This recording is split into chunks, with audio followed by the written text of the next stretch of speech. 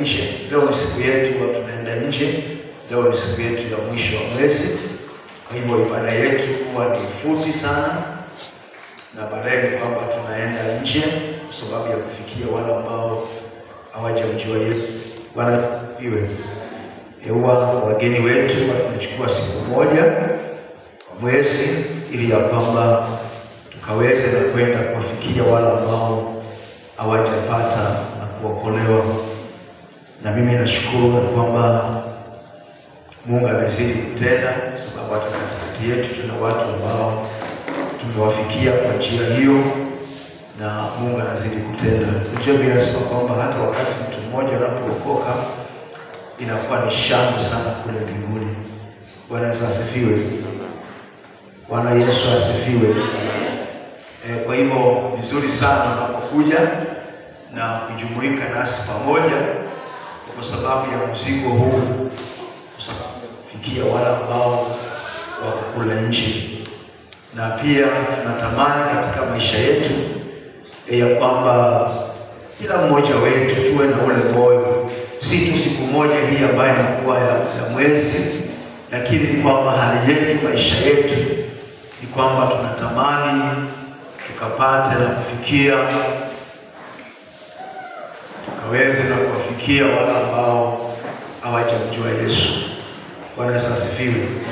Kwa hivyo tunaomba kwamba kila mmoja wetu uwe na hiyo tamanio, uwe na hiyo moyo wa kutamani tu ya kwamba ukapata kufikia mtu ambaye hajamjua Yesu, ama mtu ambaye hajapata kuokoka. Unajua Wakristo tunaishi wakati ambapo ni mambo mengine ni kama tu katika shule na kuwa ni kama physics. Bwana Yesu asifiwe. Amen. Hali inakuwa kama physics. Unajua kuna watu ambao wapendi hesabu na wapendi physics. Kwa hivyo hata wakati huo siku inapofika, na hizi ndio subject ambazo ni muhimu sana. Nilikuwa naongea na vijana wangu juzi ni kwamba kama kuna subject ambao nikutamani kufanya katika shule, basi ni mathematics na physics. Vile ilivyo ngumu, hivyo ndio inakusaidia sana. Unajua kitu ambacho ni kigumu kila wakati huwa ni kizuri. Bwana Yesu asifiwe. Nilikuwa nawaambia kwamba mtu ambaye anachukua CRE utapata 100, lakini hakuna combination ya CRE katika kupata career kule mbele.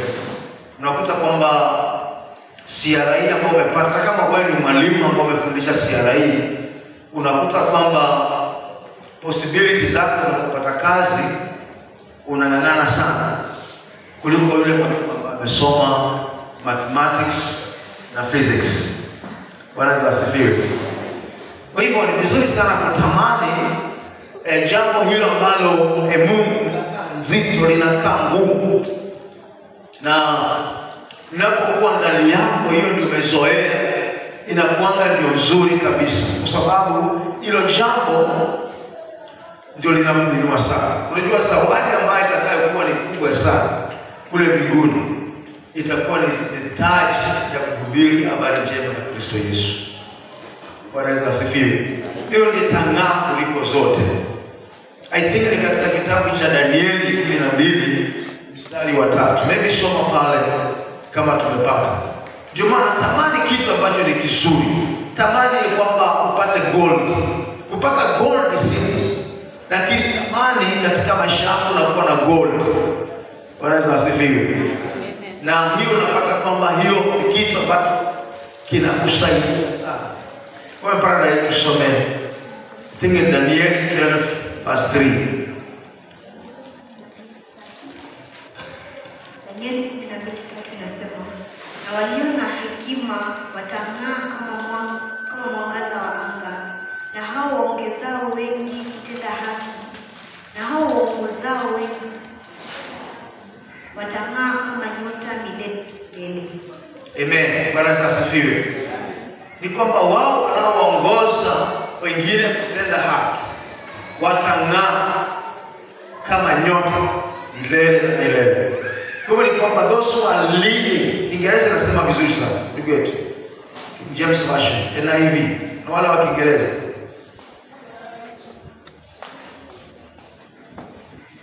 Wanaweza asifiwe. Na wale na Biblia za Kiingereza.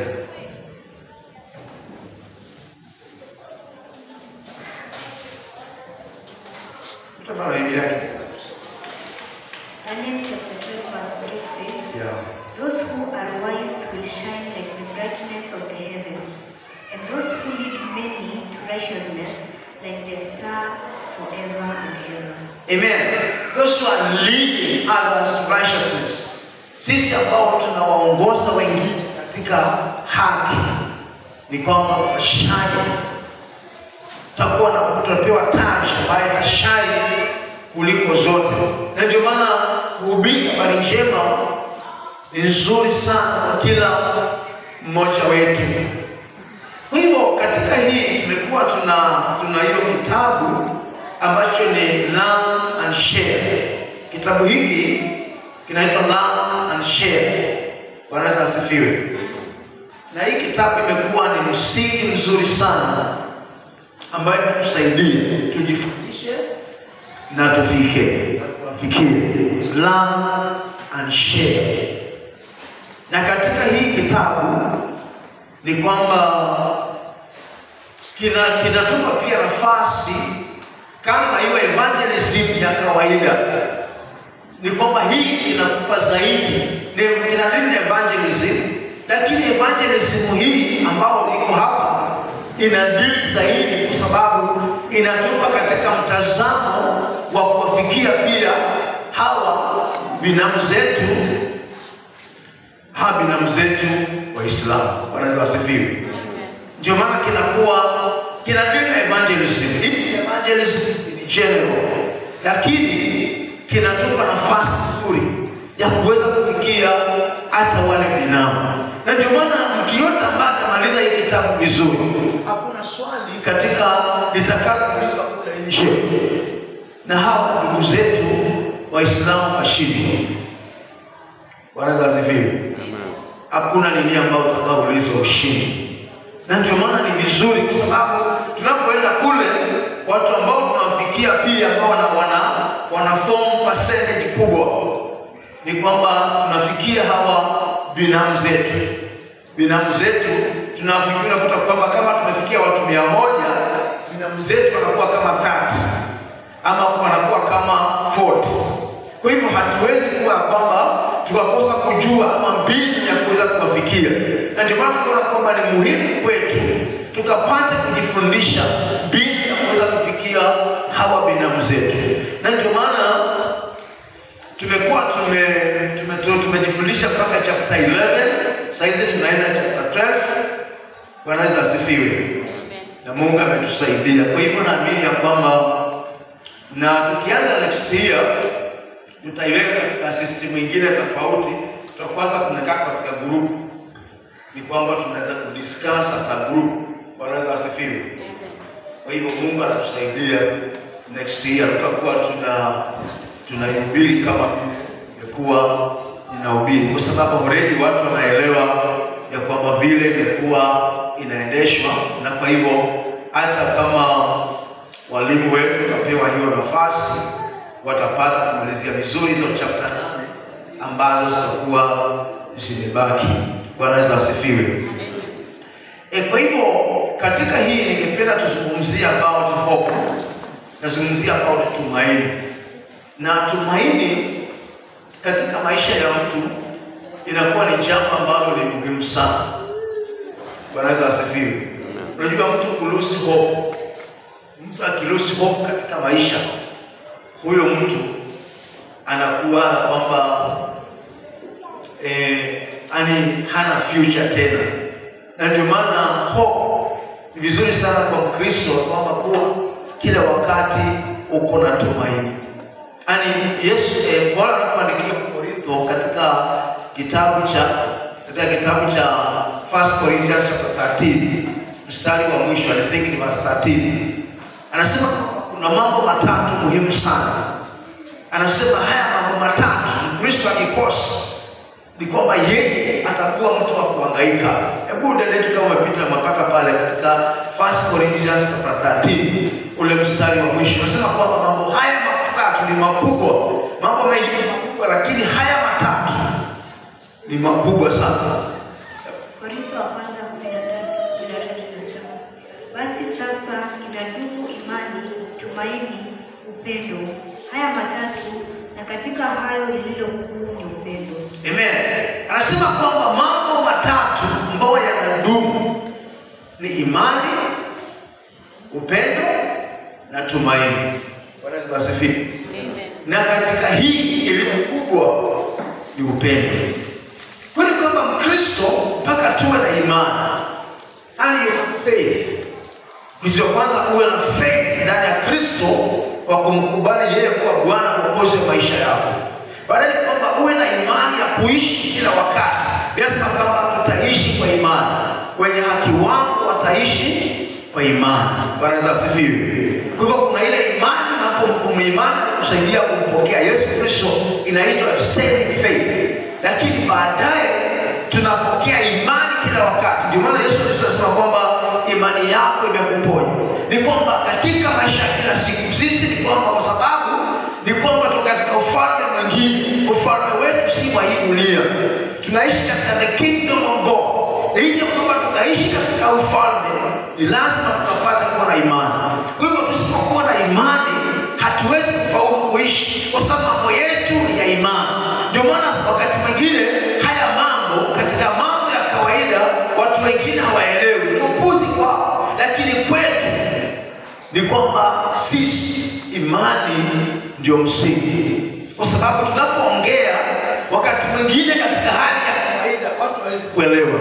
Tunakuta kwamba wakati Elisha anapoambia watu kwamba kesho kutakuwa na chakula na chakula kitaliwa, ni kwamba na pesa kidogo. Hiyo jambo kwa watu wa kawaida, hata yule mtu alikuwa ni mkubwa, yule akida alisema hata Mungu akafungua madirisha na mbinguni, aliongea kwa madharau sana. Unajua mtu anaweza ongea kwa madharau kwa sababu kujua. Bwana Yesu asifiwe. Ati Mungu akifungua madirisha yote ya mbinguni na milango. Mungu hahitaji kufungua madirisha yote ya mbinguni. Mungu anahitaji kufungua madirisha yote ya mbinguni kweli. Atatende muujiza tu wa chakula. Bwana Yesu asifiwe. Hali unajua sasa sometimes kutofahamu Mungu, tunaona kwamba Mungu hahitaji kufungua dirisha mbinguni. Anahitaji kitu kidogo sana kufanya muujiza. Mungu ni mkubwa. By the way, ni kwamba watu kama tungemfahamu Mungu ni nani. Bwana Yesu asifiwe. Huyu ni mtu aliyeumba mbingu na nchi. Anayeweza sema kwamba dunia leo haipo. Unajua anasema kwamba Israeli ina bomu ya kubadilisha ulimwengu izunguke hivi mara 16. Yaani izunguke hivi ulimwengu mara 16. Wanaweza hiyo ni bomu. Na hiyo elimu ambayo Israeli imepewa ni dot tu. Israeli imepewa kutengeneza vifaa ambao ni kwamba inaweza zungusha ulimwengu mara 16. Tuko pamoja. Na hiyo Mungu anasema ni drop. Sasa yeye Mungu mwenyewe akija, wanaweza asifiwe. By the way, unajua ni vizuri kusoma white. Yaani unajua saa zingine unajua earth ni sehemu ndogo sana katika yale Mungu ametengeneza. Wale ambao wanasoma sayansi ni kwamba kuna nini zingine katika ulimwengu. Yaani earth ni sehemu tu, lakini kuna zingine ambazo zinaitwa Pluto. Si watoto nini ambao watoka shuleni situko pamoja, ziko 9. Makao wewe umetoka shule juzi. Nje inaitwa nini? Jupiter. Nini? Mars, yes. Saturn, Jupiter. Naona watu walikuwa ni physics. Wanaweza asifiwe. Sasa ni kwamba nasema earth yenyewe, hata wewe usazungua Kenya, yaani unapozungumzia earth, wanaweza asifiwe.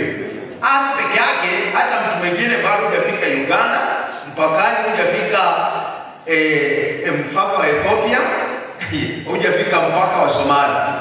Yaani wewe umezungukia tu hapa. Na Kenya peke yake hujamaliza. Na by the way kuna 54 countries in Africa.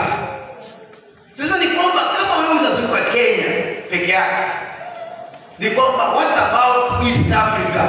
What about Africa? Alafu naenda Asia. Alafu naenda Amerika. Alafu naenda Europe. Na ni kwamba nasema hizi nchi ni ndogo tu.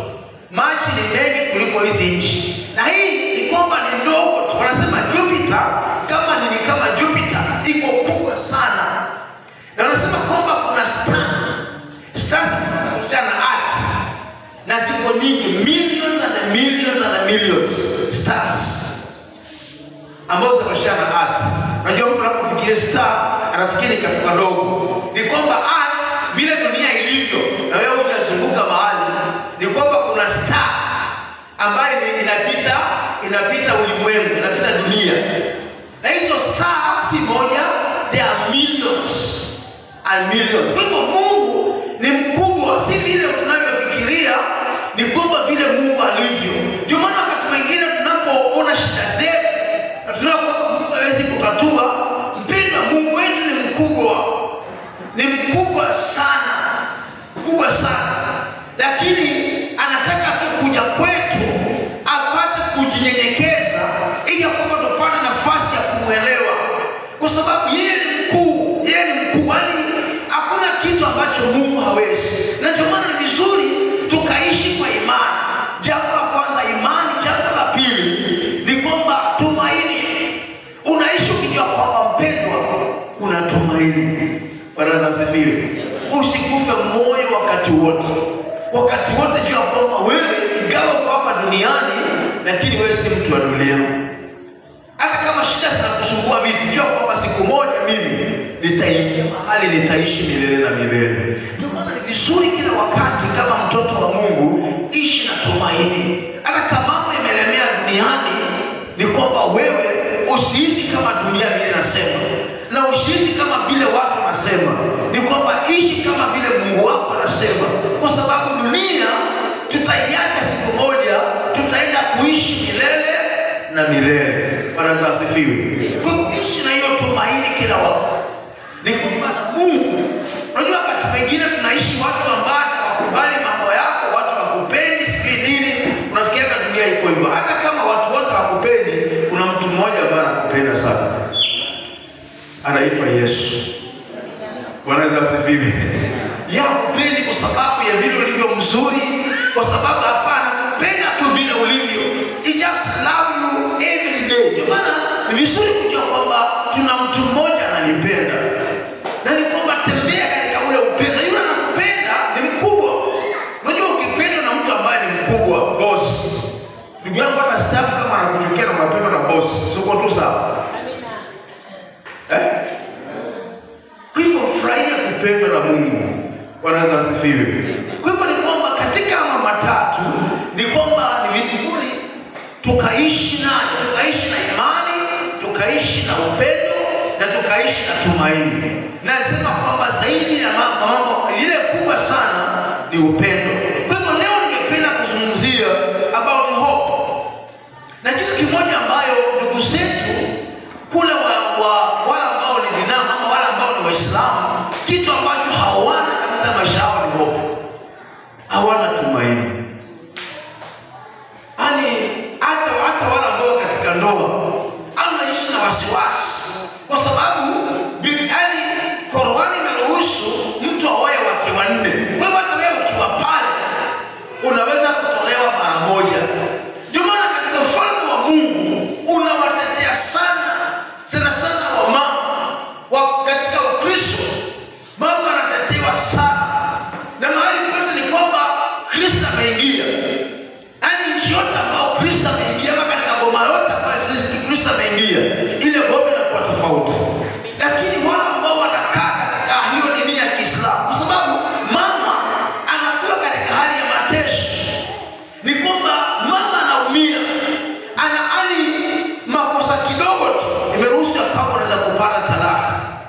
na hiyo ni Qur'an. Wanaweza asifiwe. Ni kwamba inaruhusu, ni kwamba wewe kama kosea upigwe. Just imagine Qur'an imeruhusu upigwe. Sasa ukiwa pale utafanya nini? Ani ni halali kupigwa. Wanaweza asifiwe. Si kama tuko pamoja. Kwa hivyo unakuta kwamba hizo vitu, na nasema kwamba unaruhusiwa ni kuoa mpaka mke wa 4. Unaruhusiwa kutoka. Kwa hivyo wewe hauko pale permanent. Sasa ni kwamba unakuta kwamba una struggle, unang'ang'ana sana kwa sababu hakuna hope. Ukija kwa mambo ya wokovu ni kwamba hata ni mwenyewe hakujua kula endapo. Ni mwenyewe hakujua kula endapo. And there was no hope. Na ndio maana katika, unajua Yesu anapokuja kwetu ni kwamba anatuambia vizuri, nimeenda kuandalia makao. Nimekuandalia kuandalia makao. Kwa hivyo ni kwamba uko sure. Na ndio maana Paul anapoona Timotheo, hebu soma nami katika 1 Timothy chapter 4. Kama ni second ama ni first. Paul anasema kwamba vita nimemaliza. I think in 2 Timothy 4 verse 7 na 8. I think in 2 Timothy. Ni kwamba anapomalizia hapo sure anaenda wapi? Anatumaini kwamba yeye anaishi kama mtu ambaye hana tumaini. Timotheo wa pili inasema, nimevipiga vita vilivyo vizuri, mwendo nimeumaliza, imani nimeilinda. Baada ya hayo nimewekewa taji ya haki, ambayo Bwana mhukumu mwenye haki atanipa siku ile, wala si mimi tu, bali na watu wote pia waliopenda kufunuliwa kwake. Amen. Anasema kwamba mimi ndugu, vita vizuri nimepiga, imani nimeilinda, na mwendo nimemaliza. Sasa ni kwamba mimi nangojea taji ambayo ni kwamba nitakaopewa, na si mimi tu, pia na kwa wale wote ambao wameweka imani yao katika Kristo Yesu. Paul anaishi na matumaini, apigi vita bure, anajua kuna mahali mimi naenda. Ana hope. Na that hope kwa Kristo itakana kila wakati wenayo. Ni kwamba mimi niko na tumaini. Ninajua ninaenda wapi. Wanaweza asifiwe. Ninajua ninaenda wapi. Hizi vita mimi sipigani tu bure. Kazi ambayo unafanya si bure. Kwa hivyo ni kwamba kuna kitu ambacho kinakusaidia. Ni kwamba kusongesha hatua, hauji ibada bure. Ni kwamba kuna tumaini. Unajua mambo haya kama hauna tumaini mpendwa, just imagine unafanya kazi na mwisho wa mwezi hakuna mshahara. Unasikia hiyo kazi ni nzito sana. Wanaweza asifiwe. Au unafanya tu kazi lakini mwisho wa mwezi hakuna mshahara wote. Kwa hivyo ni kwamba unapofanya kazi na unapokuwa mwisho wa mwezi mimi nitapata mshahara, unaifanya hiyo kazi ukijua unaifanya kama kazi ni ngumu, lakini unaifanya ukijua kwamba mimi wacha nivumilie kwa sababu mwisho wa mwezi nitapokea mshahara. Wanaweza asifiwe. Kwa hivyo ni kwamba ni vizuri sana sisi tukapata kuwa tunaishi maisha ambayo ni ya tumaini. Tukaishi maisha ambayo ni ya tumaini. Kusoma nami katika 1 Peter chapter 1 verse 3. 1 Peter chapter 1 verse 3. Petro wa kwanza 1:3 inasema, ahimidiwe Mungu Baba wa Bwana wetu Yesu Kristo, ambaye kwa neema zake nyingi alituzaa mara ya pili, ili tupate tumaini lenye uzima kwa kufufuka kwake Yesu Kristo katika wafu. Amen. Nasema kwamba ahimidiwe Baba wa Bwana wetu Yesu Kristo kwa sababu ya rehema zake. Kwa sababu sisi ambao rehema zake ambazo alituzaa, ni kwamba akatupa tumaini. Mungu alituzaa na akatupa tumaini. Mpendwa, tuko na tumaini. Mwambie jirani yako tuko na tumaini. Nasema kwamba vile yeye alifufuka katika wafu, hata sisi tutafufuka katika wafu. Ndio maana kifo kwa Kristo si shida, kwa sababu sisi ni wa milele. Na ndio maana kifo si mwisho wako. Wanaweza asifiwe. Sisi kifo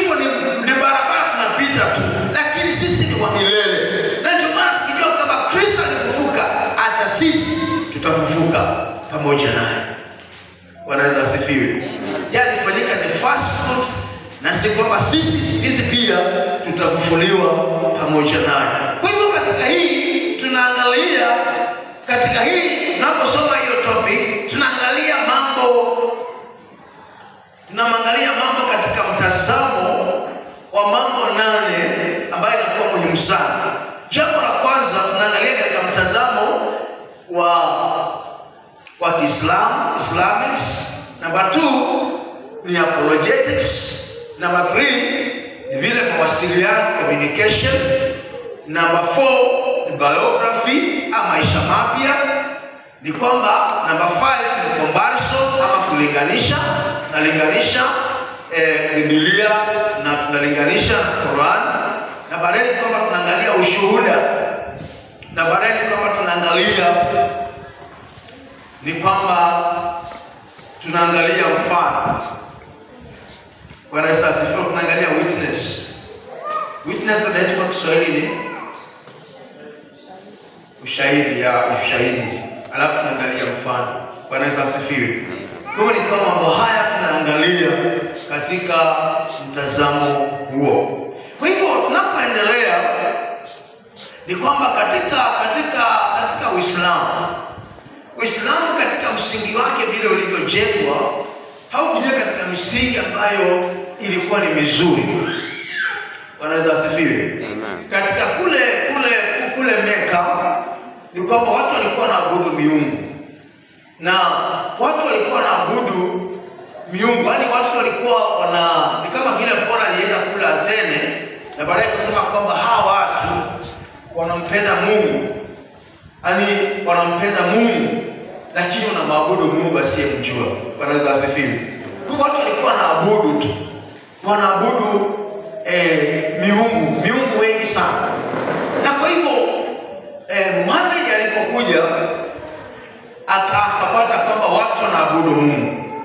Wakaabudu miungu, not Mungu ule wa Mungu mkuu, Mungu wa Israeli. Bwana Yesu asifiwe.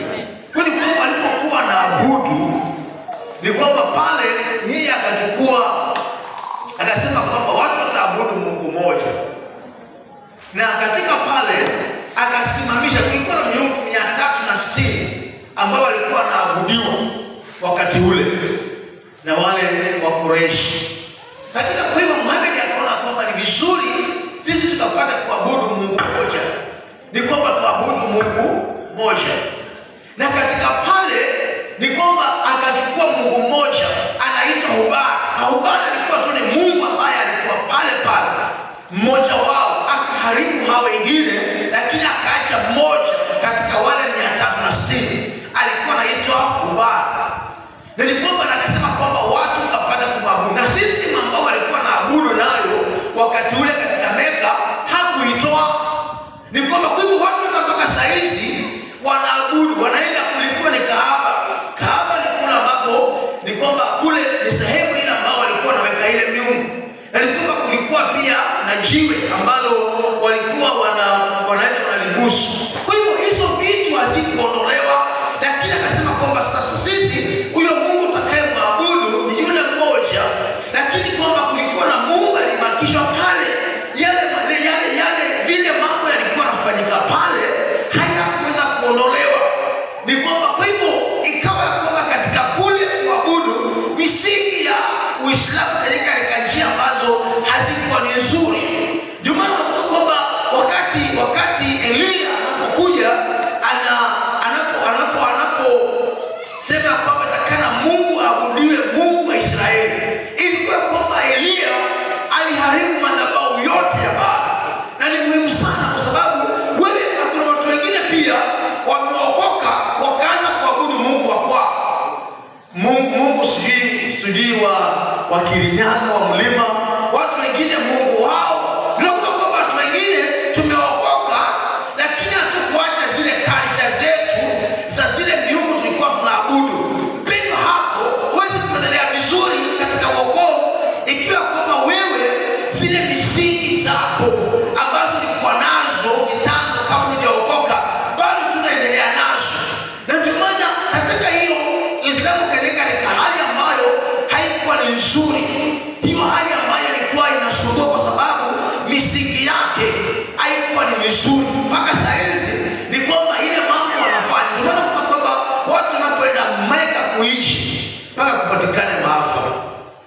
Wanaweza asifiwe. Na unakuta kwamba hile walipokuja wakazijenga pale haikuwa katika njia ambayo ilikuwa ni nzuri. Na ndio maana nilikuwa nasema kwamba Elia alipokuja akitaka Mungu mmoja abudiwe katika Israeli, aliharibu madhabahu yote ya Baali na Ashera.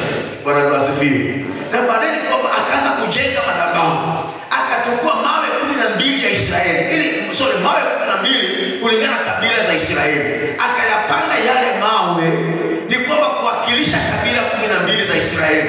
Ni vizuri sana kwamba unapoanza kuabudu, kwa sababu ule msingi, unajua the foundation is very important. Na Elia alijua ni kwamba mpaka niweke msingi, ili kwamba unajua alikuwa achome tu madhabahu, ng'ombe kwa madhabahu, na ni kwamba na ile iweze, lakini Elia aliona hapana, mpaka nitengeneze madhabahu, mpaka nitengeneze vile Mungu anataka, mpaka nitengeneze msingi, kwa sababu msingi ni muhimu sana.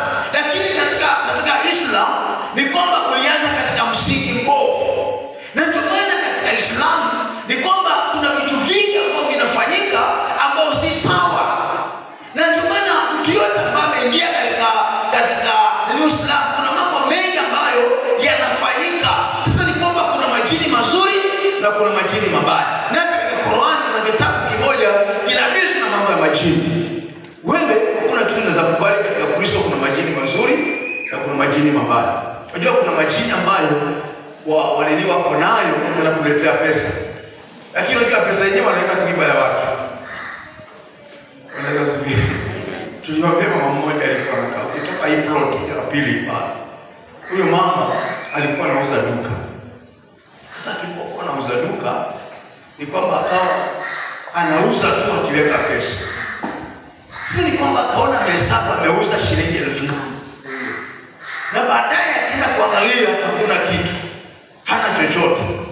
Tena siku ya pili sababu akaja akatoa akasema kwamba huyu mama alikuwa anasema ameuza na duka inaisha, na nilisa nikamwambia bwana, sasa hii kesi yenu ni ngumu sana, lakini tutaomba ya kwamba Mungu akapata kuingilia kati hiyo kwamba pesa inaenda, kwa sababu alikuwa anaachana sema huyu mama amekuwa sasa yeye aeleweke.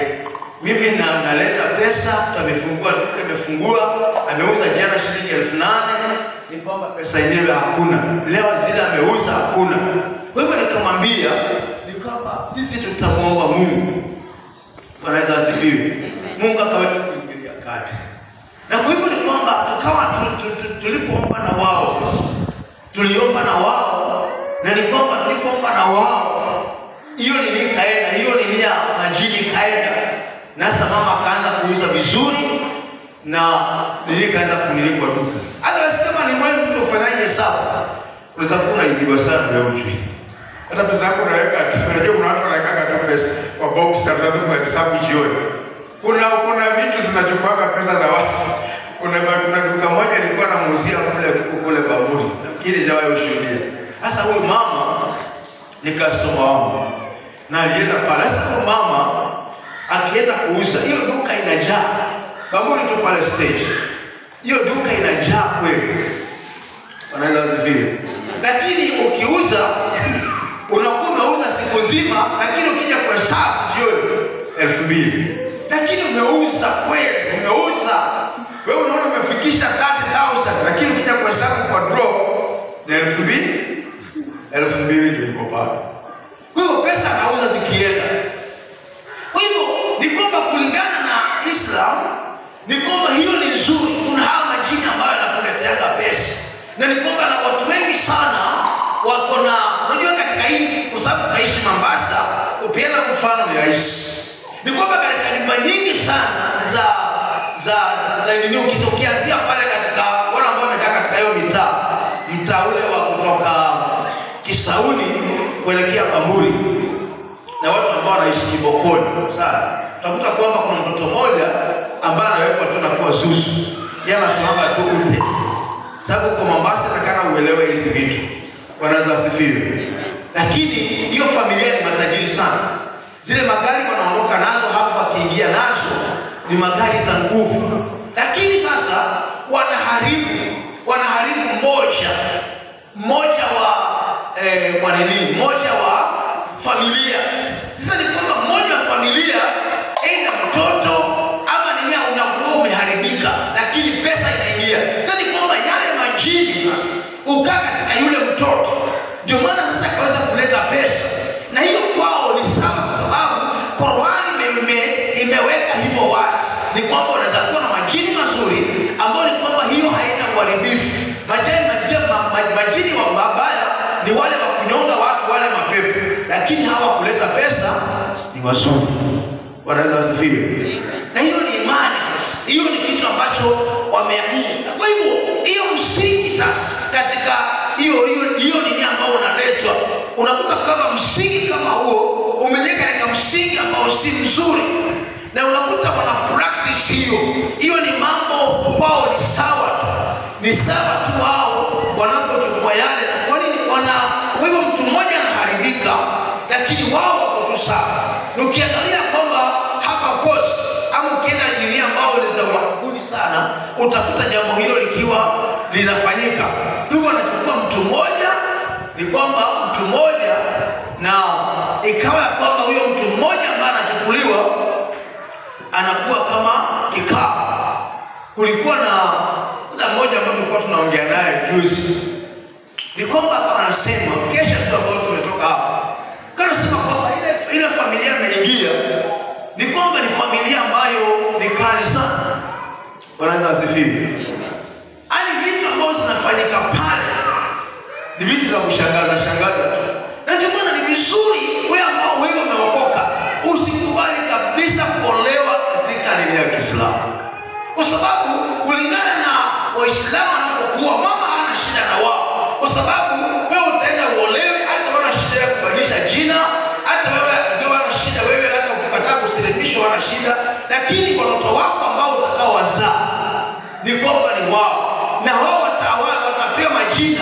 Huwezi kubali wakapewa jina wale wewe unataka, atisikiwa pewe Kamau, sijui nani, hakuna kitu kama hiyo. Watapewa Abdul, watapewa Muhammad na dini. Sasa watoto yale majina ndio watapewa, na ni kwamba sasa wewe unakuwa tu pale, lakini sasa hao watoto majina ni yao. Lakini ndio maana kwa mwanaume hawezi kubali mwanaume kwa msichana wa kwao kama wewe bado hujasilimishwa. Kwa mama hawana shida sana, lakini kwa wanaume huwezi kuwa msichana yote wa Kiislamu kama wewe hujasilimishwa, unless msichana mwenyewe hasi. Wanaweza wasifiwe, atoroke tu.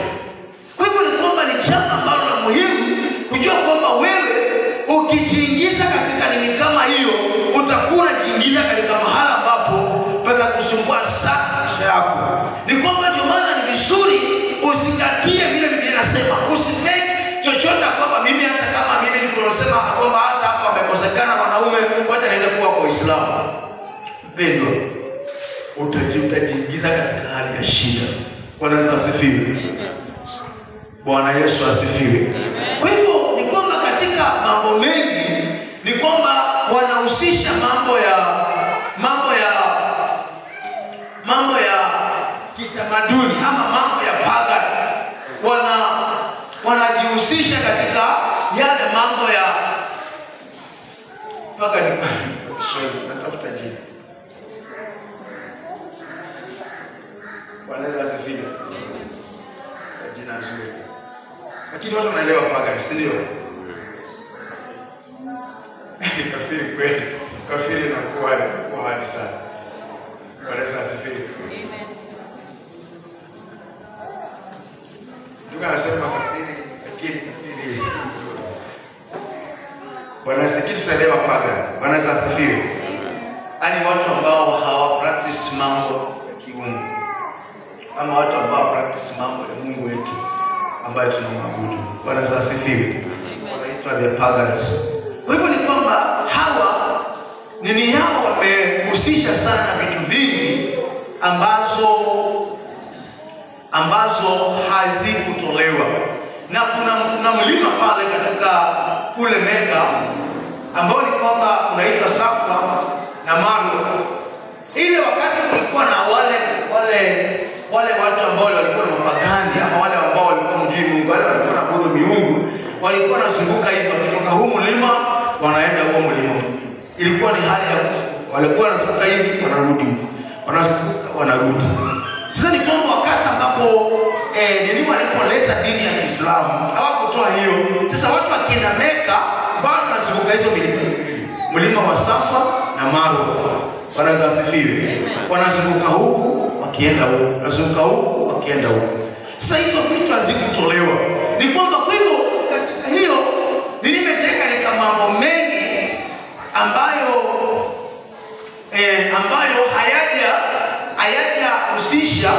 hayajahusika katika ani hawakuyaondoa. Hata wakati huo anapokusomea Al-Badil. Nani anajua Al-Badil?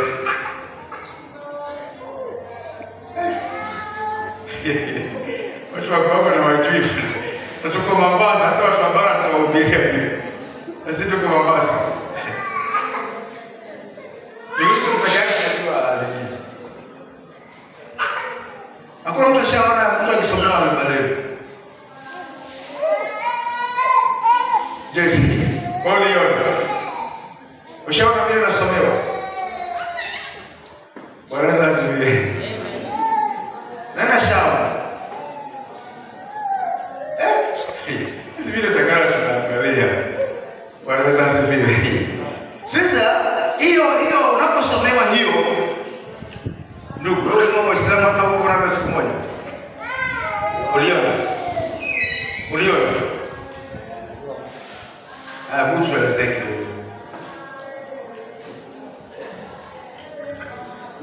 Sifiwe.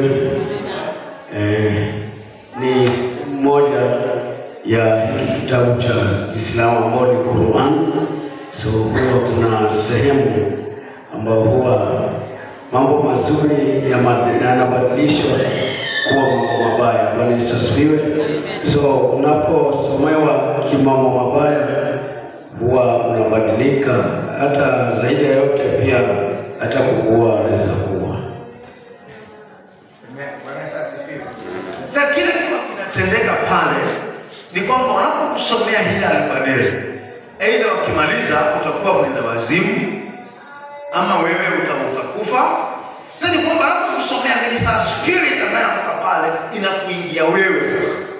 Na hiyo ni mambo ambayo ni ya kiuchawi. Bwana asifiwe. It is not kwamba ni mambo ya kwa hivyo ni mambo ambayo wakishakusomea sasa. Na hapo anakusomea kwamba ikiwa kuna kosa umefanya, umekataa, ni kwamba anasema atakusomea hivi. Kwa hivyo akikusomea kuna nini ambayo inakuja na panda ndani yako, na ni kwamba aidha unakuwa wazimu, aidha unaweza kufa. Na hizo ni kwamba ni vitu ambazo zinafanyika ambazo ni za kipagani. Hizo ni vitu za kipagani ziliingizwa tu katika nini sasa na zinatumika. Na hata wakati huu ni kwamba kuna hawa nini ambao wanajiinvolve katika watu wengi. Kuna sasa kwamba profesa nani, ushasikia profesa si pastor, ushasikia mganga mashuhuri pastor fulani, ushasikia mganga mashuhuri pastor fulani. Bwana asifiwe. Unasikia tu profesa sijui nani, utasikia nini. Kwa hivyo hao na ile kulingana na wao wako tu sawa. Yaani wanaitumia sawa tu.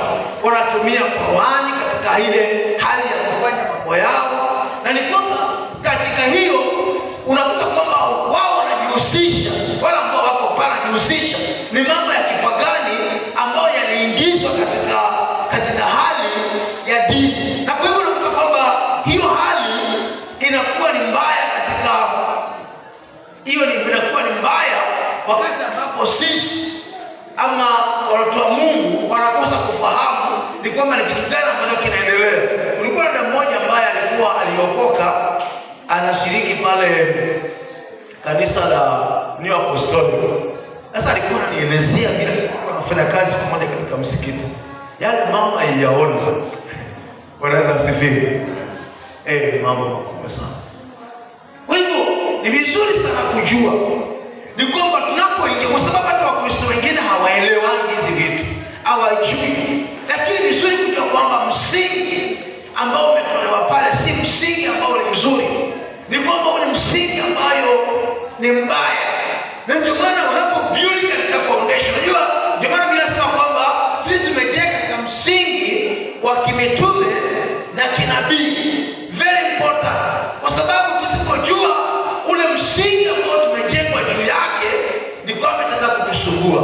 Na kwa hivyo kitu ambacho nilikuwa nasisitiza kwamba hiyo katika unapoingia katika Islam ni kwamba msingi ambao umewekwa si msingi ambao ni wasawa. Na ndio maana ni vizuri kama watoto wa Mungu tukapata kwa tunafahamu hizi vitu zinapofanyika, mambo ya kiuchawi, mambo ya kiuganga, mambo ya kinini. Na unakuta kwamba kama kuna shule nyingi hapa Mombasa, watu wengi hapa Mombasa, shule nyingi sana zinachukua na mapepo. Na ni kwamba ni shule nyingine tu wanaita tu. Wakiita ni aje kuombea. Sasa ndio unakuta si kama ni wanafunzi gani wamesomea hapo Mombasa. Kuna ni wamesomea secondary hapo Mombasa. Ndugu. Watu wala walikuwa wanaanguka kwa nini? Kwa parade. Kuna mwingine alikuwa inapanda mpaka bembelezwe, ndio avalishwa magold chain na nini ndio zishuke. Amen. Sio ile vitu tunasema reality. Tunaelezea pale. Watu wote ambao wamesomea shule za Mombasa wanaelewa hizo vitu. Karibu sana kwetu tueleze, watu hao wanasikia. Sasa ni kwamba njia ambayo inasuluhishwa ile ni kwamba ni wakati huu kidogo wanaita pastors waombe, lakini hapo nyuma imekuwa tu ni hali wanafanya ni kwamba vitu vingine tu vitu kwa vitu. Anasifiwe. Tulikuwa na msichana wengine walikuwa nasoma process academy. Ilikuwa ikifika zile mapepo zinapanda. So kulingana na tulikuwa tunaelezewa kama zilikuwa za familia zinakuaje. So walikuwa hataki mtu Mkristo asonge katika njia. So zikipanda hivyo unaitwa Muislamu mwenzao kwamba anaziongelesha. Zinaitisha gold chain na nini mapete. So hizo zikivalishwa alafu zinaongelezwa na kubembelezwa zinashuka chini anarudi sawa.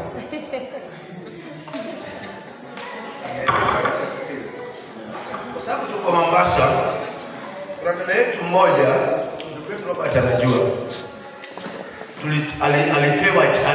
Alipewa chain shuleni tu hapo Mombasa. Ndio maana wale ambao tunasoma Mombasa mpaka tujihadhari sana vitu vingine. Alipopewa chain, alipewa tu akafikia ni chain ya kuvaa. Ndugu Robert anajua vile tulitatizika. Tuliomba ndugu yangu. Wanaweza asifiwe. Ani ilimchanganya yule dada, ilimchanganya kabisa. Na tukashimba hili ni nani inamwattack leo. Mnaomba leo, kesho inamwangusha tena. Kesho kutu inamwangusha. Hawezi, anaishiwa nguvu, anaenda. Sasa tukamwombea. Kwa tulipogundua nilo cheni, na ile cheni alikuwa hataki kuachilia. Alikuwa tu cheni na mwanafunzi wenzake. Kumbe kama cheni ile ilikuwa imetengenezewa katika ufalme wa giza.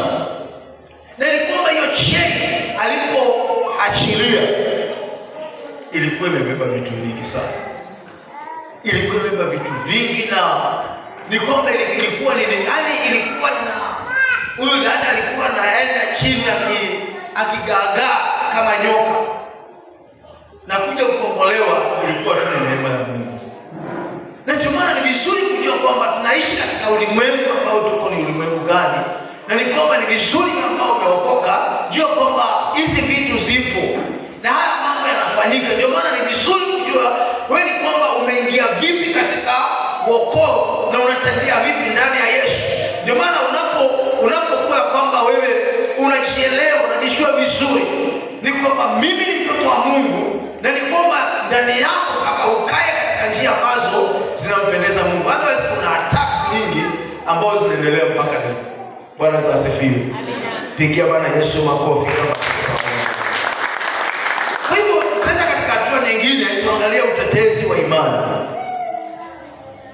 Katika utetezi wa imani nataka tuangalie kuhusu ishara ya Yona. Hii swali la ishara ya Yona, the sign of Jonah, ni jambo ambalo linaleta utata sana. Wanaweza asifiwe. Ishara ya Yona, the sign of Jonah. Soma nami katika kitabu cha Matthew chapter 12 verse 39 to 40.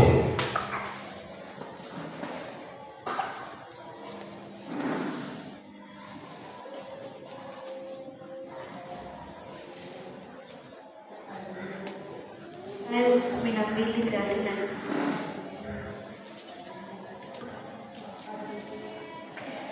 Hapo baadhi ya waandishi wa Mafarisayo wakamjibu wakisema, "Mwalimu, tunataka kuona ishara." Akajibu akawaambia, "Kizazi kibaya na cha zinaa kitafuta ishara, wala hakitapewa ishara ila ishara ya nabii Yona. Kwani kama vile Yona alivyokuwa siku 3 mchangani na usiku." Kwani kama vile Yona alivyokuwa siku 3 mchana na usiku katika tumbo la nyangumi, hivyo ndivyo atakavyokuwa siku 3 mchana na usiku katika moyo wa nchi.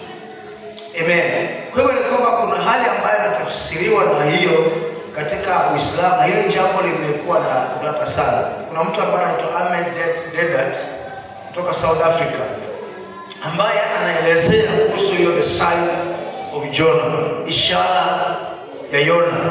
Na anasema jambo moja hivi. Jambo la kwanza anasema ni kwamba Yona alikuwa tu yuko hai pale katika samaki.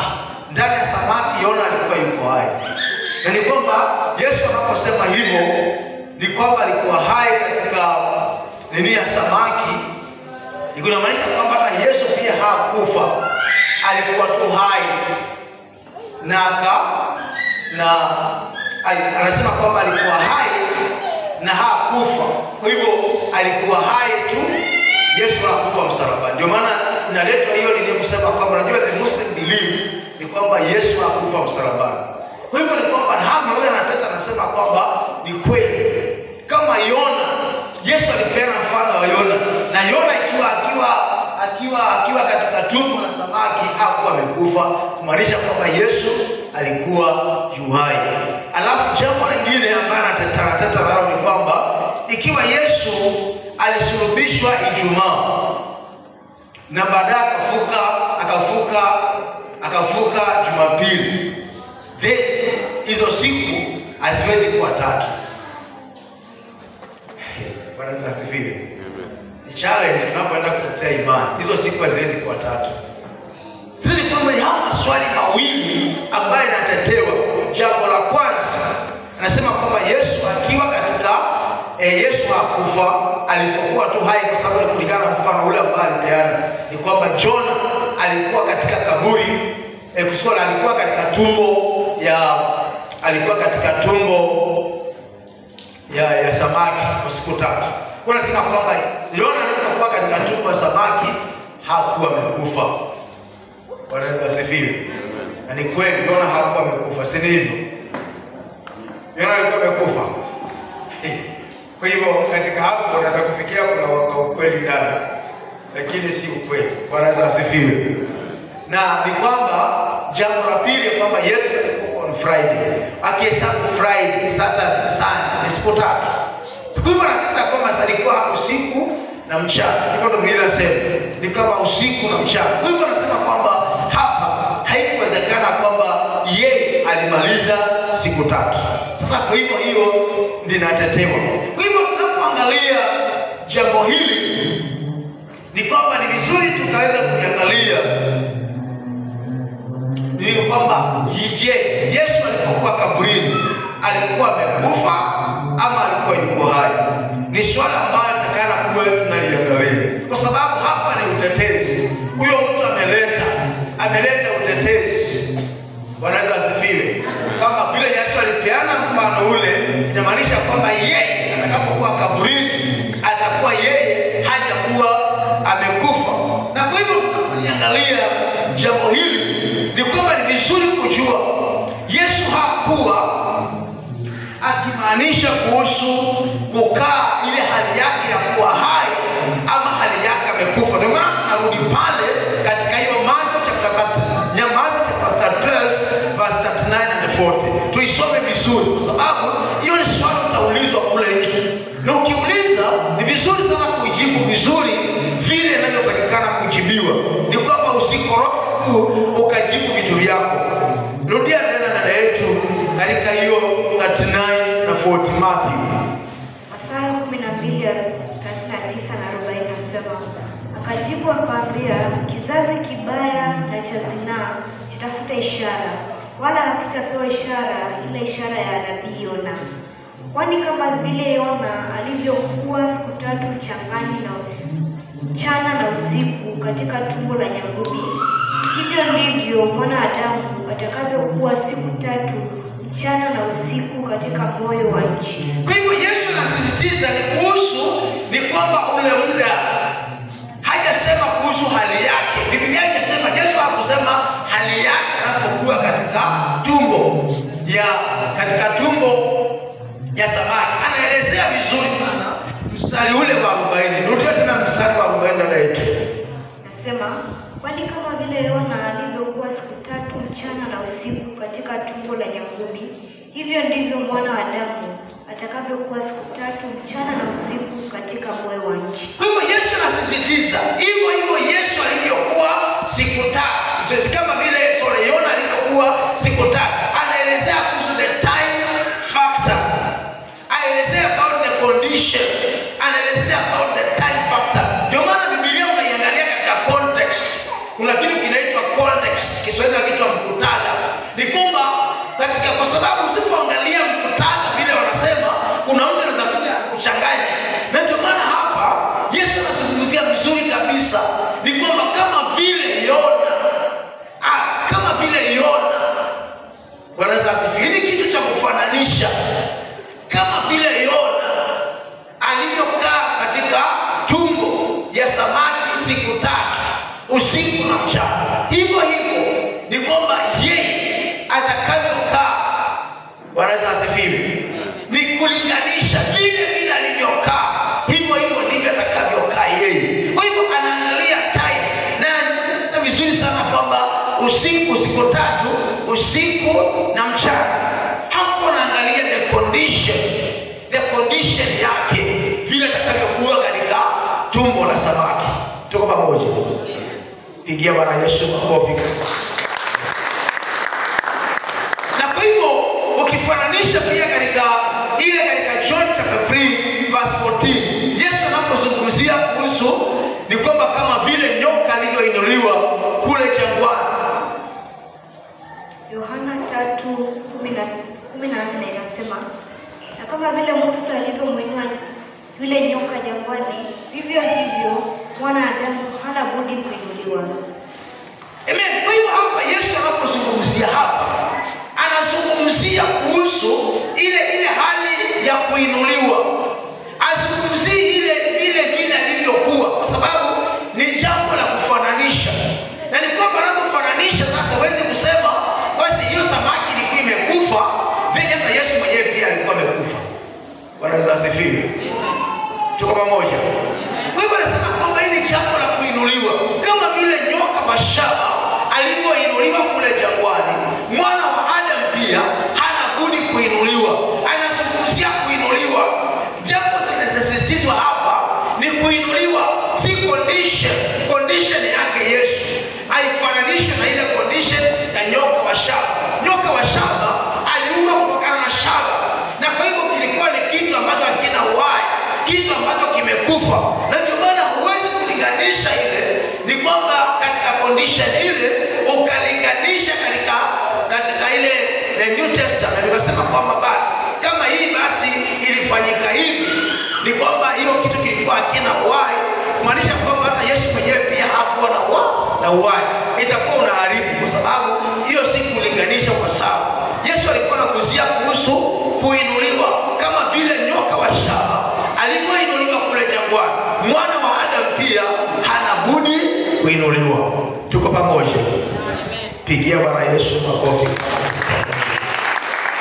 Swali la pili ni kwamba ambao linahusika muda ule ambao Yesu alikaa pale kaburini.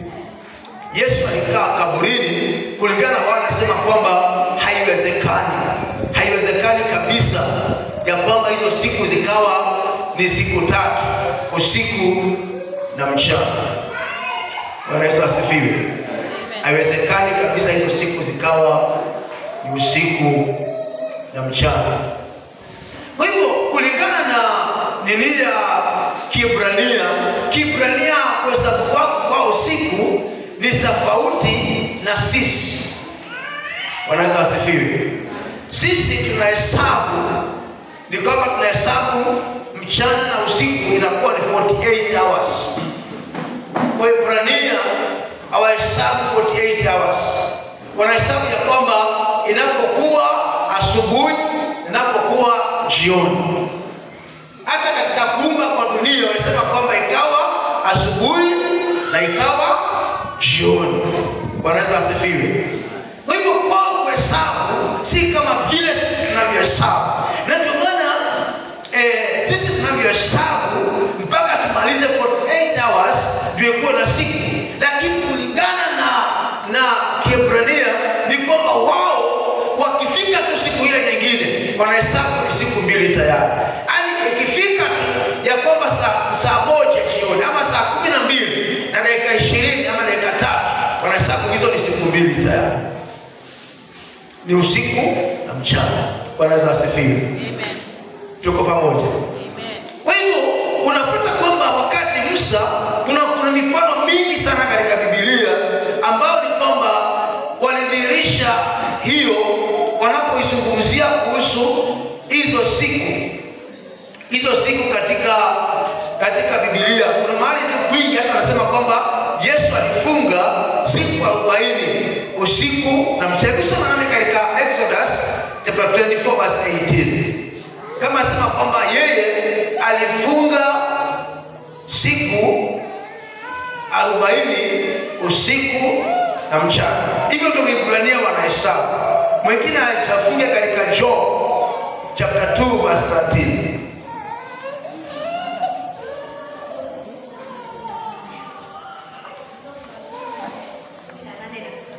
Haifai Mike sodiana bwana.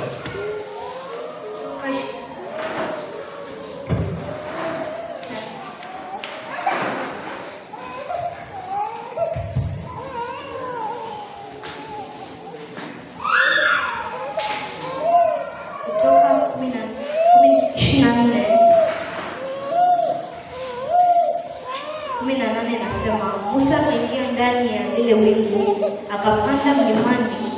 Musa akawa humo katika ule mlima siku 40 mchana na usiku. Amen. Abu soma nami pia katika 2 verse 13.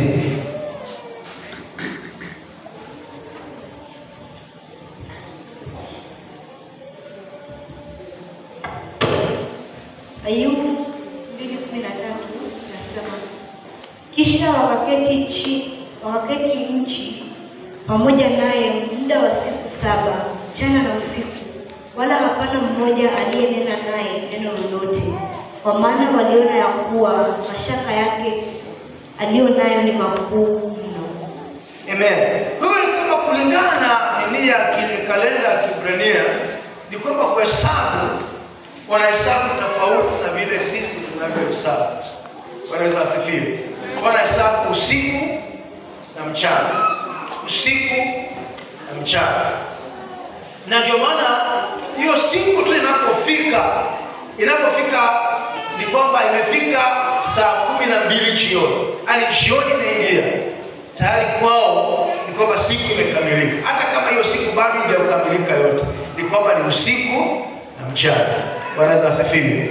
Si kama sisi mpaka tumalize 24 hours. Hapana. Wao malize 24 hours. Ni kwamba wao hata wakimaliza kwamba wakuwe mahesabu, wamaliza kwamba wakifika saa 1 usiku. Yaani kuanzia, unajua pia Waebrania wanahesabu, unajua sisi tukienda siku yetu naisha hesabu saa 6 usiku. Si ndivyo? Siku inaisha saa 6 usiku. Waebrania hii saa 6 usiku inaisha jioni saa 12. Ndio maana kuna tofauti. Sasa ukihesabu na ile yetu haziwezi kuingiliana siku. Ndio maana wao siku inaisha jioni saa 12 jioni. Siku inakuwa imeisha. Kwa hivyo ikienda saa 1, sasa ni kwamba hiyo ni siku, ni kwamba usiku na mchana ni siku moja. Kwa hivyo kizihesabu hivyo sasa zitafika kwamba siku 3, usiku na mchana. Kwa sababu huyo mtu anateta anasema kwamba hizo hazikufika hizo siku. Hazikufika. Kama alikufa Friday, akafuka Saturday, akafuka Sunday, hizo siku hazifiki 3. Lakini kulingana na Waebrania ni kwamba wanahesabu siku zao tofauti. Hesabu ya Waebrania ni kwamba ni asubuhi mpaka jioni. Nikifika tu hiyo siku nyingine tayari imeingia usiku na mchana. Ndio maana nasema siku zetu zinaenda usiku na mchana. Nataka hiyo mchana, huo usiku imefikia tu lisali moja, bado nahesabu usiku na mchana. Tuko pamoja? Amen. Pigia Bwana Yesu makofi. Amen. Naamini tunabarikiwa. Bwana Yesu asifiwe. Amen.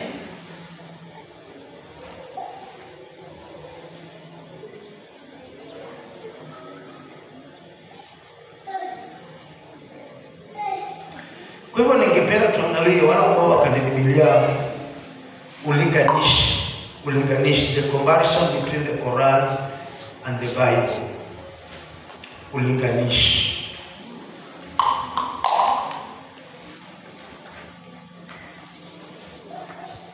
Kuna hili neno linaitwa predestination.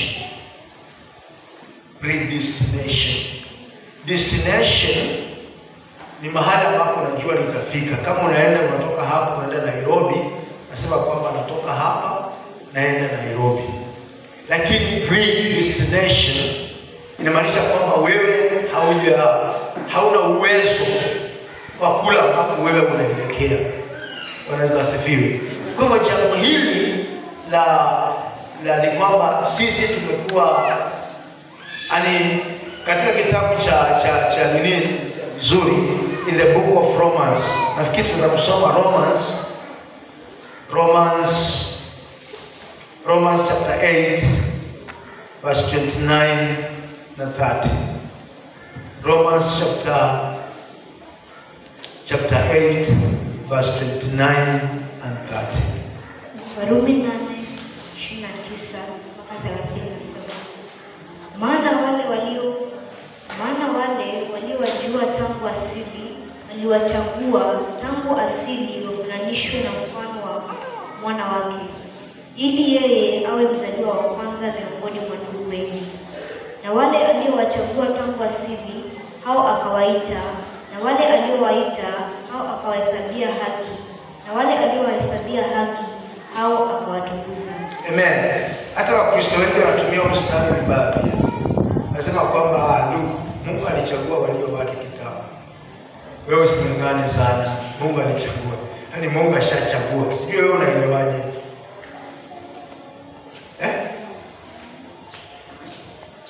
Sababu kando na katika Uislamu, Kristo wengine na shida.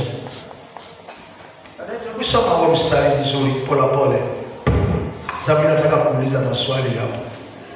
Warumi 8:29-30 nasema, maana wale aliowajua tangu asili aliwachagua tangu asili. Anasema kwamba Mungu wale aliowajua tangu asili aliwachagua tangu asili. Inamaanisha nini by the way hapo? Kama Mungu alikujua tangu asili na kuchagua tangu asili, maanisha hata kama wewe basi kuchaguliwa basi wewe hapo, ama inamaanisha nini?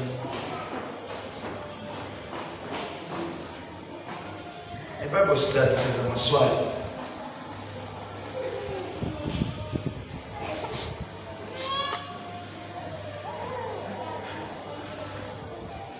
Angalia. Inamaanisha nini?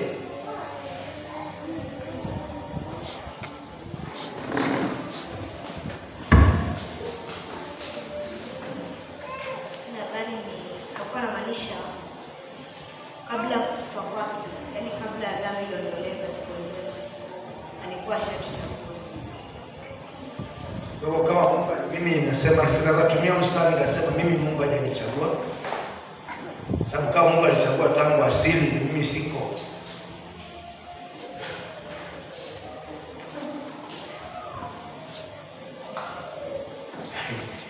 Bwana asifiwe. Tuko Bible study. Sababu mstari vizuri, kwa sababu utachanganya na mstari kweli. wale Mungu aliwachagua tangu asili.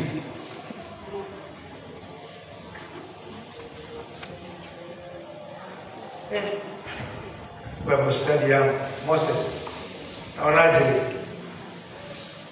Jaribu. Tunasema mimi kama Mungu alichagua walio wake, kwa nini mimi ning'ang'ane na Mungu ashachagua walio wake?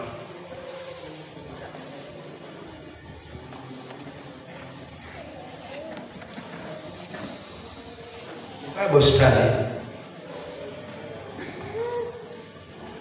Bwana asifiwe.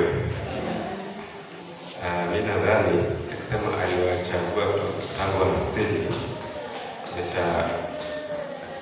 ya pale Yesu aliposulubiwa. Sasa wewe unapomkubali Yesu tayari umeshaingia katika asili ambayo umechaguliwa. Wewe ukimkataa sasa ndio umechagua kufuata asili njia nyingine ambayo sasa wewe unataka kama wewe unakulia. Nzuri. Tumeelewa hapa ni kwamba sisi tulichagulia. Mungu alichagua kila mmoja wetu, lakini Mungu hajachagua mtu yote aende jehanamu. Hakuna mtu yote alichaguliwa aende jehanamu. Bwana asifiwe. Amen. Alichagua kila mmoja. Ni kwamba Mungu aliwachagua tangu asili, na aliwachagua kwa sababu ya ufalme. Lakini wewe mwenyewe unaweza kuamua kukataa. Unajua wokovu unalazimishaje mtu? Unaweza kusema hata jehanamu mwenyewe haikutengenezea mtu yote.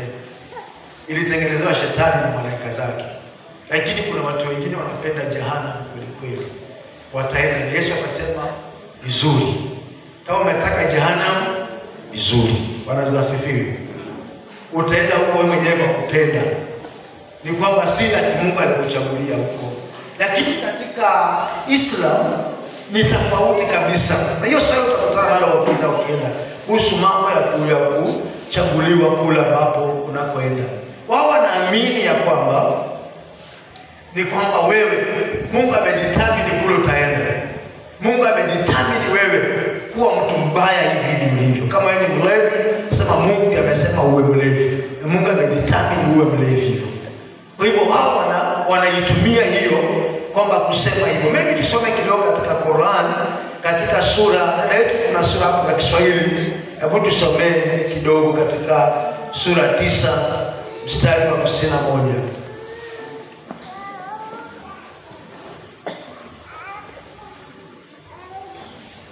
Hapo tuko pale bring comparison, kulinganisha.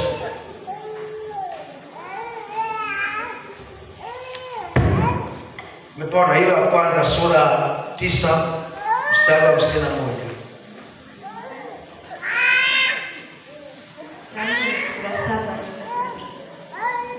Oya kinaanza na sura 7:23. Sura 3 ya 23. Basi soma ile ambayo umepata. Yangu ni tofauti. Hebu isome hiyo inasemaje? Inasema ninahitaji sura 7:23. Adamu na Hawa wakasema, Mola wetu, tumedhulumu nafsi zetu, na kama hutusamehe na kuturehemu, bila shaka tutakuwa miongoni mwa wenye hasara kubwa kabisa. Amen. Mstari nyingine. Ndio kuhusu tumaini la msamaha. Sura 20. Wewe uko msamaha, wewe uko msamaha. Na mimi niko tumaini. Angalia vizuri kitabu yako. Je, uko chapter ya nyuma. Mimi niko kulinganisha. Unaongea kuhusu msamaha, na mimi niko katika neno.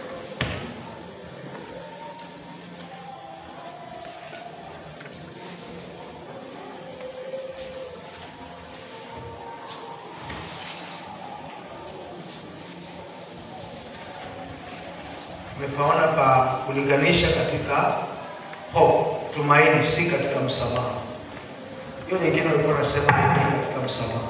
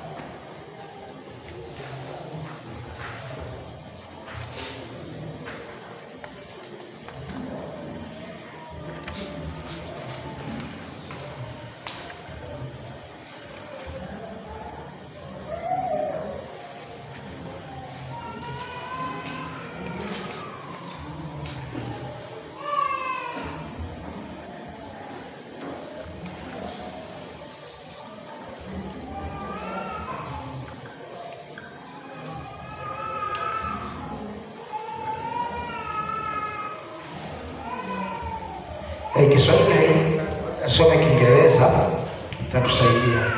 Sifiwe. Kiswahili haijaleta hizo, lakini wale wanaonia Kiingereza tusaidia. Kwa hivyo hebu enda Kiingereza. Kiingereza na wale ambao wako na Kiingereza. Wilson.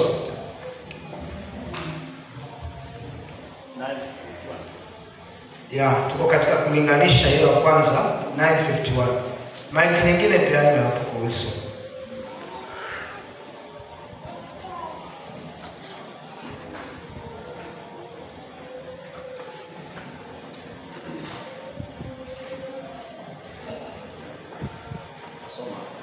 Ndio soma. Na hiyo Mike inakaa sijui. Quran Surah 951 says, nothing will happen to us except what Allah has decreed for us. Amen. Nothing will happen to us except what Allah has decreed to us. Kwa hiyo nasema kwamba mimi niko tu. Kile kitakachofanyika mimi ni vile Mungu ameamua. Vile Mungu ameamua hivyo ndivyo itakavyokuwa. Kwa hivyo hata ukimhubiria, ukimwambia kwamba yeye atakana aingia katika ufalme wa Mungu, asiweze kuingia katika jehanamu, nakwambia vile Mungu ameamua. Vile Mungu amesema mimi vile nitakuwa, hivyo ndivyo nitakavyokuwa. Hebu hiyo nyingine tena katika hiyo yes 5449. Hebu soma 5449.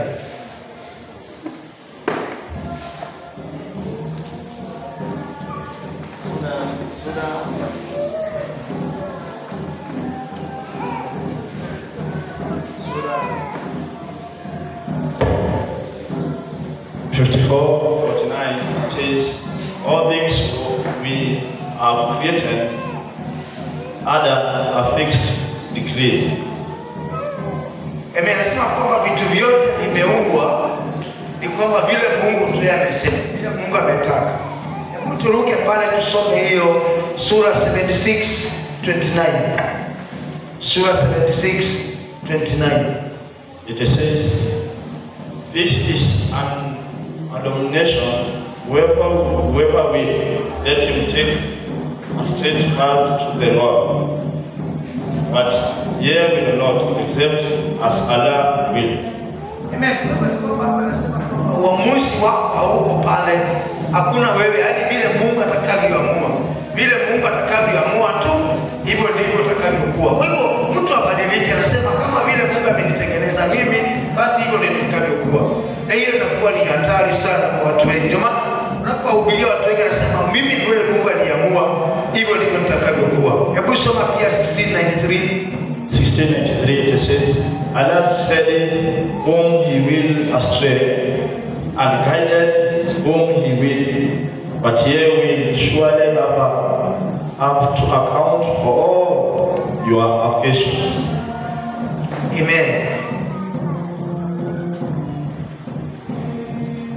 Kwa hivyo unaona kwamba katika Islam wanasema kwamba vile Mungu amefanya hivyo ndivyo ulivyo. Hata katika hadithi, ndugu, ningeenda kusome pale kwa hadithi, ukiruka hiyo kolombo ya pili, ukiruka hiyo 42 sura 42:30 hapo chini, ni kwamba vile hadithi inavyosema.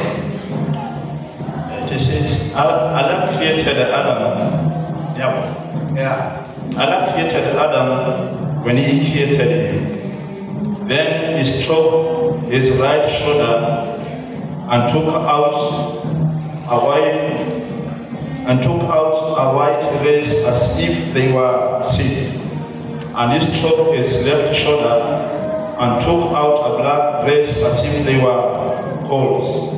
Then he said to those on his right side, towards paradise, and I don't care. He said to those who were on his left side, towards hell, and I don't care. Amen. Bwana asifiwe. Nasema kwamba Mungu alipomuumba Adamu na Hawa, nasema kwamba Hawa wataelekea katika moto na Mungu ajali. Na wataelekea katika ufalme wa mbinguni na Mungu ajali. Kwa hivyo ni kwamba sasa kulingana na wao wanasema kwamba yeye Mungu Mungu he doesn't care. Ni kwamba kule mtu atakapoenda, ni kwamba wewe hauna uamuzi wote kule utakapoamua kwenda. Ni Mungu mwenyewe ndiye anaamua. Mungu akisema kwamba watu waende paradiso wataenda. Mungu akisema kwamba watu waende katika uzima milele wataenda. Lakini wewe mwenyewe hauna uamuzi juu yake. Sasa unaona kwamba katika Islam jambo hili la ni mbaya sana, kwa sababu ni kusema kwamba yani wewe hauna determination kule utakaoenda.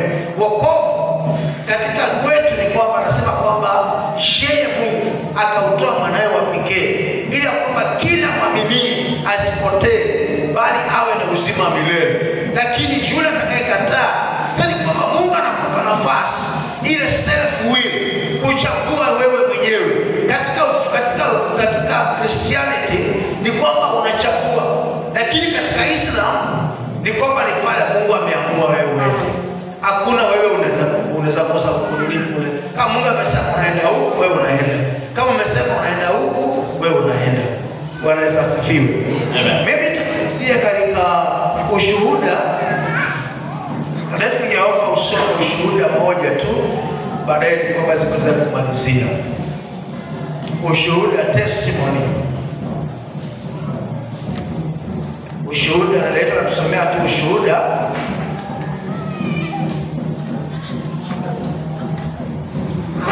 Kuhusu ndugu mmoja alikuwa anaitwa Rashid.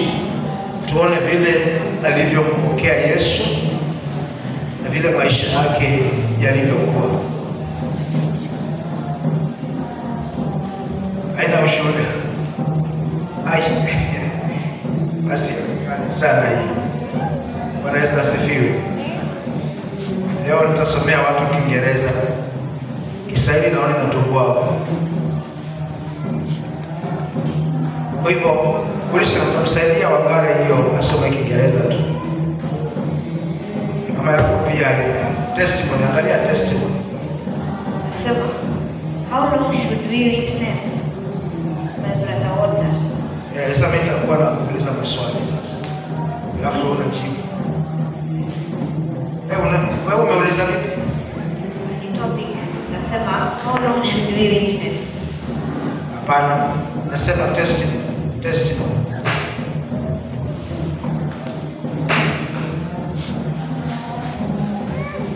Freedom, dealing directly with God.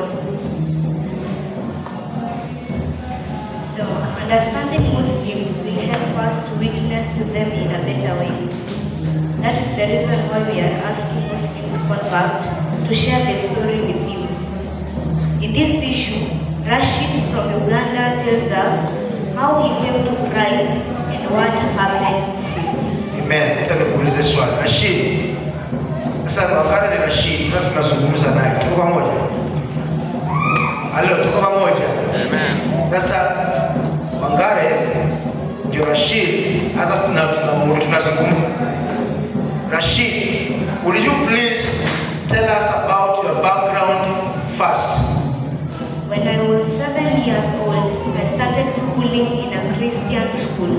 In spite of my Muslim faith as a family religion, you can probably imagine what that does to you. Christian thoughts and beliefs are transferred to you daily, but I only get into contact with true Christians sometime in 1992 when I was 22 years old. It happened like this. One day, a team of young people who are living near my village invited me to play volleyball with them. As I did not know the game, they pledged to teach me how to play it. Afterwards, when we became intimate friends, they requested to share with me the word of God. How long do you take you from your first contact with these Christians to your conversation to Christ, and what was finally the reason for your conversion? It did not take very long. I was attracted by the character of Jesus, the Christ. I studied his life and realized his greatness. Not any prophet could compare with him. Even the prophet Muhammad, I soon found out that although he is mentioned in both the Bible and the Quran, there are some clear differences. Indeed, he towers highest in the list of prophets this world has ever produced. I had to submit to Jesus Christ because I knew that he is the only one who could offer me salvation. When you became a Christian, there must have been something that attracted you, which Islam did not offer. What was it? Christianity offers the freedom of dealing directly with God. It gives you the opportunity of praying freely and expressing yourselves in a way that a person feels at ease with. In contrast, Islam defines a particular pattern of prayer for its followers. Truly, when I prayed to my God for the first time without the burden of a stipulated system, but with a sincere heart, I was filled with the Holy Spirit. This was my first experience to realize the real meaning of prayer. How is your relationship with God now? Do you sometimes feel something missing in your Christian life and experience? I prayed to God to open doors for me to go back to school, but my prayer hasn't been answered. You know how important education is. I sometimes wonder whether I will ever go back to school because the years are advancing without any change. Just recently, my brother who follows me got a degree in political science. His graduation ceremony was celebrated with much pomp. Inside me, I felt bad. My sisters and brothers are making enviable academic achievement while I do not go any further academically. Honestly, I feel that my conversion came prematurely. I regret that I could have continued with my education till I qualified and then had become a Christian. The devil wants to exploit me by making me have such funny ideas. There is yet another thing which brings me to doubt God's willingness to answer my prayers. I am blind in one eye and short-sighted in the other. I have gone to see the optician recently, and he tells me that my seeing eye is losing its power of vision. I noticed it myself before that. Nowadays, when I look at any object, it appears blurred because a mist, so it sits on my eye. I want God to be kind to me, to restore my sight and not go blind completely. In regard to your conduct as a Christian, could you please recall what were your feelings, objection, or reactions when you were first introduced to the gospel? And how was it when you attended a church service for the first time? I had no bad feelings toward the Christians. However, when I was first introduced to the gospel, there were some difficulties in comprehending these Christian concepts. A, Trinity. B, birth of Christ. C, the sonship of Christ. And D, the death and resurrection of Christ. I also felt bad because Christians don't circumcise and because they eat pork. Even up to now, I feel uneasy when I see someone eating pork. When I attended church for the first time, I was quite nervous, but because I was given a hearty welcome, I began to gain strength. I was given an opportunity to introduce myself which I did. I felt good and peaceful to associate with my new brethren in Christ. According to your opinion, which mistakes do Christians generally make when approaching Muslims and discussing their faith with them? Please be frank and accurate as possible. Some Christians are very boastful. They present themselves as the only perfect people. These people are quick to point this out to the Muslims, but this surely works against them in their effort to evangelize. Preaching to Muslims When one has no adequate knowledge of the Bible, also is a mistake. It would even be a help for them to know something of the Quran, so as to contrast the teaching of the Holy Bible with it. Christians should also avoid the mistake of vehemently criticizing Muslims, especially in open-air crusades. They should also not praise themselves for eating pork. Lastly, the Christian should strive to support the convert because spiritually and materially, both spiritually and materially. In most cases, people are persecuted if they become Christians. So being novice, they need to be initiated properly into the newly acquired faith. Thank you, Rashid, for your openness in sharing your joys and struggles as a Christian from a Muslim background. May God show His kindness to you and bless you as you cry out to Him for His help. Bwana Yesu asifiwe. Kwa hivyo hiyo ni kuhusu ushuhuda wa ndugu yetu Rashid ambaye aliweza kumpokea Yesu kwa Bwana Mwokozi wa maisha yake.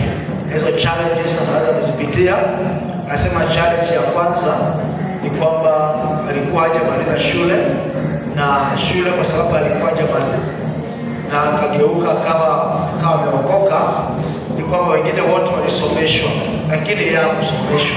Kwa hivyo akawa ndani yake anasikia kwamba hata angekubali Kristo katika maisha yake, kwa sababu kukubali Kristo ni kwamba kulimletea shida, hakusomeshwa.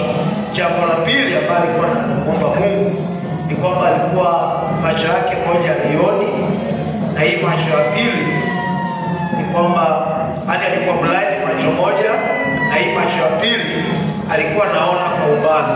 Sasa ni kwamba daktari akamwambia hata hii macho yako pia utakuwa kipofu. Sasa hiyo jambo likawa linamshtua sana Rashid, na akawa anamwamini Mungu ya kwamba Mungu akaweza kumponya.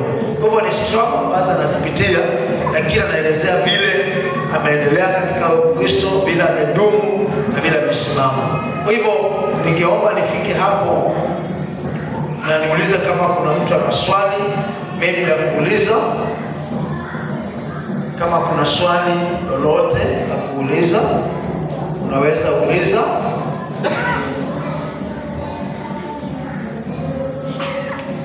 Kuna swali lolote? Amen. Kwa hivyo kama kuna swali, ngoja tunapata kushukuru Mungu. Baba, tunakushukuru tena